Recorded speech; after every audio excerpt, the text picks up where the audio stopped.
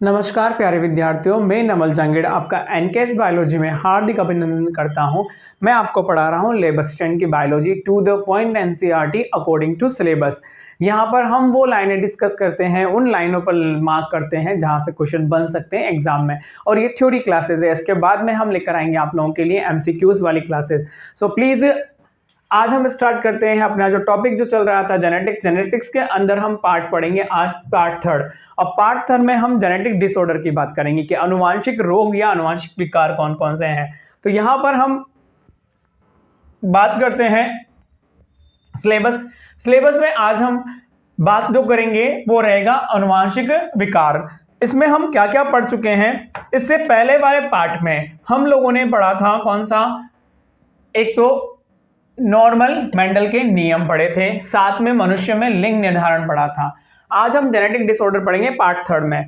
यहां पर लिखा हुआ है मानव अनुवांशिक विकार या ह्यूमन जेनेटिक डिसऑर्डर। हम जानते हैं कि किसी भी जीव में प्रत्येक लक्षण गुणसूत्र में उपस्थित डीएनए पर उपस्थित एक या दूसरे जीन द्वारा क्या होते हैं, नियंत्रित होते हैं। याद रखना बेटा कि भाई जो भी मानव में कैरेक्टर हैं वो किसके कारण आते हैं, गुणसूत्रों पर उपस्थित जीन के कारण आते हैं। और जीन क्या होते हैं, डीएनए के पार्ट होते हैं।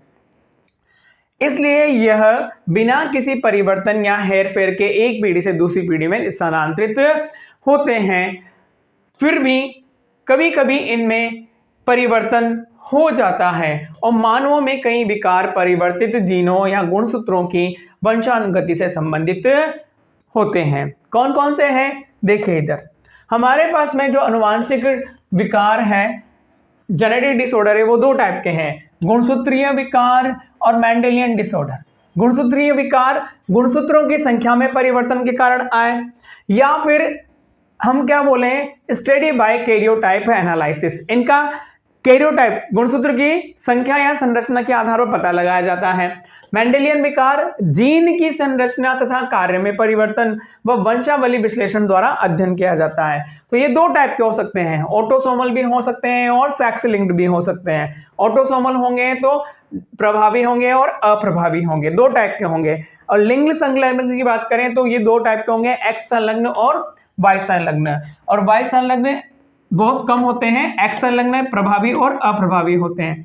तो हमारे पास में ज्यादातर जो डिजीज होंगी वो ऑटोसोमल अप्रभावी हैं, जैसे कि sickle cell anaemia, thalassaemia, phenylketonuria, alkaptonuria, albinism and cystic fibrosis. तो यहां पर हम लोग पहले गुणसूत्रीय विकारों की बात करेंगे कि गुणसूत्रीय विकार किसके कारण, क्रोमोसोम की संरचना और नंबर में परिवर्तन के कारण। और मेंडेलियन विकार किसके कारण हो रहे हैं, जीन की संरचना तथा कार्य में परिवर्तन के कारण। तो हम पहले थैलेसीमिया के बारे में पढ़ेंगे और फिर हमारा इसके अंदर आएगा कलर ब्लाइंडनेस। किसके बारे में पढ़ेंगे, कलर ब्लाइंडनेस, जो किसके कारण है, एक्स संलग्न अप्रभावी रोग हैं, haemophilia, colour blindness and thalassaemia. यहाँ पर तीन डिजीज एनसीईआरटी ने दी हुई, हम उनके बारे में पढ़ेंगे। देखिए इधर मेंडेलियन विकार, मोटे तौर पर विकारों को दो श्रेणियों में रखा जाता है, मेंडेलियन विकार व क्रोमोसोमल विकार। मेंडेलियन विकार वो होते हैं जो एकल जीन में रूपांतरण या उत्परिवर्तन से मुख्यतः निर्धारित होते हैं। अंडरलाइन कर लेना, जो एकल जीन के रूपांतरण या उत्परिवर्तन से, एकल जीन के रूपांतरण जैसे कि सिकल सेल एनीमिया, वे विकार उसी विधि से संतति में पहुंचते हैं जिनका अध्ययन वंशानुगति के सिद्धांत के साथ साथ किया जा चुका है। इस प्रकार के मेंडेलियन विकारों की वंशानुगति के उदाहरण को किसी परिवार में वंशावली विश्लेषण द्वारा खोजा जा सकता है, जैसे कि हीमोफीलिया डिजीज एक जनरेशन से दूसरी जनरेशन में जा रही है, कलर ब्लाइंडनेस एक जनरेशन से दूसरी जनरेशन में जा रही है। मेंडेलियन विकारों में सर्वाधिक विदित उदाहरण कौन सा है, haemophilia, cystic fibrosis, sickle cell anaemia and colour blindness, phenylketonuria and thalassaemia कैसे हैं, मेंडेलियन विकार हैं। और यह भी बताना महत्वपूर्ण है कि मेंडेलियन विकार प्रभावी हैं अथवा अप्रभावी हो सकते हैं, साथ ही जैसे कि हीमोफीलिया में होता है। यह लक्षण लिंग क्रोमोसोम आधारित भी होता है। यह स्पष्ट है कि एक्स संलग्न अप्रभावी लक्षण है, वाहक मादा से नर संतति को यह प्राप्त होता है। फीमेल क्या होती है, इसमें कैरियर होती है। पहली डिजीज हम पढ़ने वाले हैं वो है थैलेसीमिया। किसके बारे में पढ़ रहे हैं, थैलेसीमिया। थैलेसीमिया में क्या होता है, ये दो टाइप की होती है, देखो इधर, यह भी एक ऑटोसोमल क्रोमोसोम संलग्न अप्रभावी क्या है, ये विकार है, रक्त विकार है, जो जनकों से संततियों को वंशानुगति से प्राप्त होता है, जबकि जनक युगल के दोनों सदस्य अप्रभावी जीन के वाहक होने के कारण अप्रभावी रहते हैं। यह विकार या तो उत्परिवर्तन या विलोपन के परिणाम स्वरूप उत्पन्न होता है, जिसमें हीमोग्लोबिन को बनाने वाली ग्लोबिन की किसी एक श्रृंखला या तो अल्फा या बीटा की संश्लेषण में कमी आ जाती है। परिणाम स्वरूप विकृत हीमोग्लोबिन का संश्लेषण होता है, हीमोग्लोबिन प्रॉपर नहीं बनता, वो क्या होता है, डिफेक्टिव होता है, जिसके कारण एनीमिया, रक्त अल्पता हो जाती है। थैलेसीमिया रोग का वर्गीकरण इस आधार पर किया जाता है कि हीमोग्लोबिन अणु की कौन सी श्रृंखला प्रभावित हुई है। अल्फा थैलेसीमिया में अल्फा ग्लोबिन श्रृंखला का उत्पादन प्रभावित होता है, और जबकि बीटा थैलेसीमिया में बीटा ग्लोबिन श्रृंखला प्रभावित होती है। अल्फा थैलेसीमिया में रोगी का नियंत्रण प्रत्येक जनक के क्रोमोसोम कौन से, सिस्टीन पर होता है। अंडरलाइन कर लेना, क्रोमोसोम सिस्टीन के दो सन्निकट लग्न जीन HbA1 HbA2 द्वारा नियंत्रित होता है तथा यह 4 विकल्पी एलील में से किसी एक अथवा एक से अधिक जीनों में उत्परिवर्तन या विलोपन के कारण अभिलक्षण होता है। तो यहां पर क्या होता है, थैलेसीमिया में हीमोग्लोबिन की जो अल्फा या बीटा चेन है वो डिफेक्टिव हो जाती है due to mutation in gene. जितने अधिक जीन प्रभावित होंगे उतना ही कम मात्रा में अल्फा ग्लोबिन संचलित होगा, और जबकि बीटा थैलेसीमिया प्रत्येक जनक के क्रोमोसोम कहां पर 11 पर स्थित एकल जीन द्वारा नियंत्रित होता है। यह रोग एक अथवा 2 जीनों के उत्परिवर्तन के कारण होता है। थैलेसीमिया विकार सिकल सेल एनीमिया से इस रूप से भिन्न है कि पहले वाला रोग एक परिणात्मक समस्या है जिसमें ग्लोबिन अणु और अत्य अल्प मात्रा में संश्लेषित होते हैं, जबकि दूसरा विकार ग्लोबिन संश्लेषण की गुणात्मक समस्या से है। दूसरा कौन सा, sickle cell anaemia. Sickle cell anaemia में क्या होता है, उसकी क्वालिटी चेंज हो जाती है, जबकि थैलेसीमिया में अमाउंट चेंज होता है, किसका, अल्फा या बीटा ग्लोबुलिन चेन का। हीमोग्लोबिन में ये बात करें, हीमोग्लोबिन के अंदर 2 अल्फा एंड 2 बीटा चेन होती हैं, तो ये एक नॉर्मल हीमोग्लोबिन होता है। यदि एक अल्फा बढ़ा दिया तो 3 बीटा हो गया, एक अल्फा कम कर दिया तो 3 बीटा या फिर चारों बीटा हो जाता है, तो ये थैलेसीमिया में अंदर होता है। हीमोफीलिया, देखो ये भी एक ब्लीडर्स डिजीज है। इसमें क्या होता है, हीमोफीलिया में ब्लड क्लोटिंग फैक्टर एक तरह से इफेक्ट होता है, तो ब्लड का क्या नहीं होता, क्लोट नहीं हो पाता। देखो इधर लिंग संलग्न रोग का व्यापक अध्ययन हो चुका है। इसमें प्रभाव रहित वाहक नारी से नर संतति को रोग का संचार होता है। इस रोग में रुधिर के थक्के बनने से संबंध एकल प्रोटीन क्या होती है, प्रभावी होती है। यह एकल प्रोटीन एक श्रृंखला का अंश मात्र है, इसके कारण आहत व्यक्ति के शरीर की एक छोटी सी चोट से भी रुधिर निकलना बंद नहीं होता, कंटिन्यू ब्लड होता रहता है। विषम युग्मजी मतलब हेटेरोजाइगस मेल में यह रोग पुत्रों में जाता है और नारी की रोगग्रस्त होने की संभावना बहुत कम होती है, क्योंकि इस प्रकार की नारी माता को कम से कम एक वाहक व पिता को हीमोफीलिया से ग्रस्त होना आवश्यक है, जो कि अधिक वय तक जीवित नहीं रह पाता। महारानी विक्टोरिया की वंशावली में अनेक हीमोफीलिया ग्रस्त वंशज थे और रानी स्वयं रोग की क्या थी, वाहक। और ये कैसा रोग है, एक एक्स संलग्न अप्रभावी रोग है, रिसेसिव रोग है। कुछ रक्त स्कंदन कारक की अनुपस्थिति के कारण रक्त स्कंदन देरी से होता है, ब्लड क्लोट देरी से होता है, और अत्यधिक रक्त स्त्राव के कारण व्यक्ति की क्या होती है, मृत्यु हो जाती है। एक्स संलग्न अप्रभावी रोग है। अब रक्त स्कंदन के समय हम बात करते हैं, सामान्य व्यक्ति को टाइम लगता है 1 से 8 मिनट और हीमोफीलिया व्यक्ति को लगता है किससे, 30 से 24 मिनट, कितना 24 आवर्स भी दिया हुआ है। हीमोफीलिया में यदि हम बात करें, ये क्या है, वाइल्ड एलील है और ये क्या है, म्यूटेंट एलील है। ये जो इस तरह से है, ये क्या है, फीमेल नॉर्मल है। XH क्या है, सामान्य है, लेकिन फीमेल क्या है, कैरियर है। ये फीमेल क्या है, हीमोफिलिक है, ये तो सरवाइव नहीं करेगी। ये वाला क्या है, हीमोफिलिक नहीं, ये नॉर्मल है। XH है तो ये क्या है, हीमोफिलिक मेल है। हीमोफिलिक महिला बहुत विरल होती हैं क्योंकि ऐसी महिलाओं की मां को कम से कम एक वाहक होना चाहिए और पिता को हीमोफिलिक होना चाहिए जो अधिक आयु तक जीवित नहीं रह पाता। यहाँ पर हमारे पास में फीमेल क्या है, कैरियर, और मेल क्या है, हीमोफिलिक। तो ये क्या हो गई, हीमोफिलिक क्या हो गई, फीमेल, ये सर्वाइव नहीं कर पाती है नॉर्मली। अब कलर ब्लाइंडनेस, कलर ब्लाइंडनेस क्या होता है, ऐसे पर्सन को ग्रीन और रेड कलर में डिफरेंशिएशन नहीं कर पाते हैं। ऐसे पर्सन, देखो यह भी एक एक्स संलग्न अप्रभावी विकार है। यह विकार लाल अथवा हरे वर्णक संवेदी शंकु की त्रुटि पूर्ण होने के कारण होता है। परिणामतः व्यक्ति को लाल व हरे रंग में विभेद नहीं कर पाता।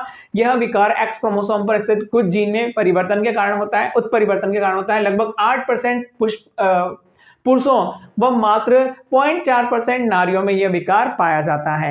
इसका कारण है कि लाल हरी वर्णांतता के लिए उत्तरदायी जीन का एक्स क्रोमोसोम पर उपस्थित होना।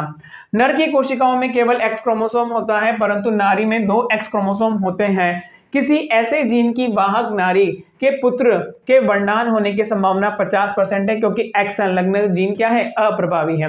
विषम युग्म जननी स्वयं वर्णान नहीं होती, जो इस तरह से होती है ना विषम युग्म जी, ये वाली एक्स एक्स एंड सी, तो ये क्या हेट्रोजाइगस है और ये क्या होती है, कैरियर होती है। अर्थात इसका अर्थ है कि इसका प्रभाव दूसरे विकल्पी एलील के प्रभावी होने के कारण निरुद्ध हो जाता है। पुत्री सामान्यता मतलब मादा संतति सामान्यता वर्णान नहीं होगी जब तक कि मां वाहक व पिता वर्णान ना हो।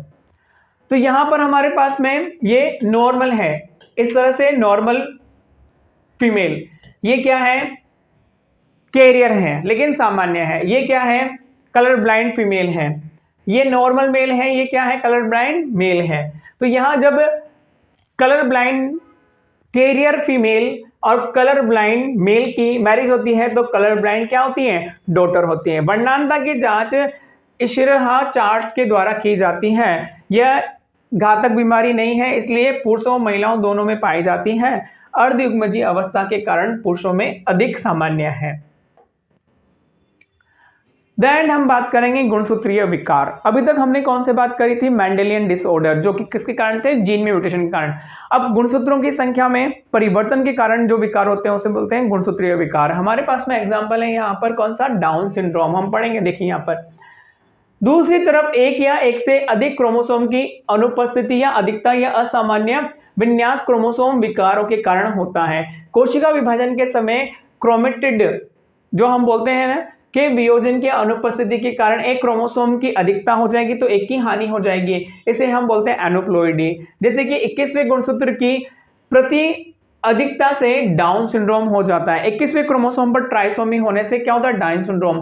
इसी प्रकार एक एक्स गुणसूत्र की हानि से नारियों में टर्नर सिंड्रोम हो जाता है। याद रखना, ये इंपॉर्टेंट लाइन है, एक गुणसूत्र की कमी से तो टर्नर हो गया और एक गुणसूत्र की अधिकता से डाउन सिंड्रोम। कोशिका द्रव्य विभाजन ना होने के कारण क्रोमोसोम एक पूरा समुच्चय अधिक हो जाता है, इसे हम पॉलीप्लॉइडी कहते हैं। यह अवस्था प्राय पौधों में पाई जाती है। मानव में क्रोमोसोम की कुल संख्या 46 से 23 जोड़ी होते हैं, इनमें से 22 जोड़े ऑटोसोमल और एक जोड़ा क्या होता है, सेक्स क्रोमोसोम। कभी कभी विरले ही सही व्यक्ति में क्रोमोसोम का एक अतिरिक्त जोड़ा शामिल हो जाता है, यह कभी एक जोड़े क्रोमोसोम की कमी हो जाती है।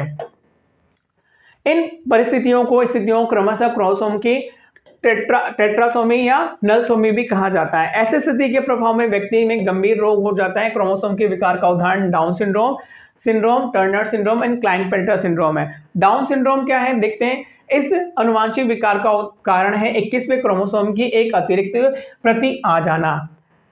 इस विकार को सर्वप्रथम लैंगडम डाउन ने, याद रखना, 1866 में खोजा था। रोगी व्यक्ति छोटे कद के, छोटे गोल सिर वाले होते हैं, जीभ व में खांच होती है, मुंह आंशिक रूप से खुला हुआ होता है और चौड़ी हथेली होती है, अभिलक्षण पाम कीज होती है एंड शारीरिक मन प्रेरक साइकोमोटर व मानसिक विकास क्या होता है, अवरुद्ध रहता है। किसका, डाउन सिंड्रोम से इफेक्टेड पर्सन का। यहां पर ये देखो, इसका गोल सा फेस है, टंग दिया हुआ है, खांच होती है, पाम कैसे होते हैं, चौड़े होते हैं, तो ये क्या है, ब्रॉड फेस होता है। देन यहाँ पर डाउन सिंड्रोम से जो रोगी है उसका चित्र दिया हुआ है। अब हम बात करते हैं दो हमारे और एक क्लाइंट-फिल्टर एंड टर्नर सिंड्रोम। ये इंपॉर्टेंट है, यहाँ से क्वेश्चन बनेगा, याद रखना, यहाँ से क्वेश्चन बनेगा ही बनेगा। 21वीं गुणसूत्र की नंबर बढ़ जाने पर ट्राइसोमी होती है। अब क्लाइंट-फिल्टर एंड टर्नर सिंड्रोम में क्या है, एक अनुवांशिक विकार का कारण एक्स क्रोमोसोम की अतिरिक्त प्रतिलिपि, जिसके कारण केंद्रक में 47 क्रोमोसोम यहां पर क्या गया XXY हो जाता है। ऐसे व्यक्ति समग्र रूप से कुप्रधान हो जाते हैं, किंतु मादा लक्षण भी व्यक्त हो जाते हैं, ऐसे व्यक्ति बांझ होते हैं। इसमें कौन सा क्रोमोसोम बढ़ गया, एक एक्स क्रोमोसोम बढ़ गया। मेल में होता है XY, लेकिन इसमें प्लस एक्स कर दिया तो ये क्या हो जाएगा XXY हो जाएगा। ये किस में होता है, मेल में। तो क्लाइंट फिल्टर कौन शो करता है, मेल। टर्नर विकार किसके कारण होता है, एक्स क्रोमोसोम के अभाव के कारण। तो यहां पर एक क्रोमोसोम कम होने से कितने हो जाएंगे 46।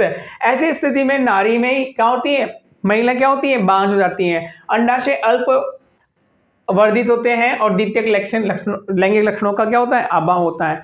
इस तरह से यहां पर हम लोगों ने दो डिजीज पढ़ी, कौन सी, Klinefelter and Turner syndrome. याद रखना, एक में 47 क्रोमोसोम हो जाएंगे, एक में 45।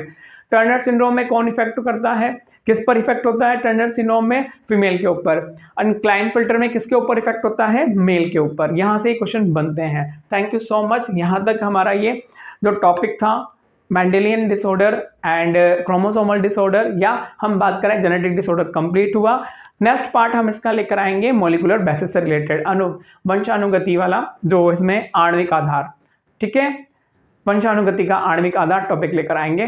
Thank you so much.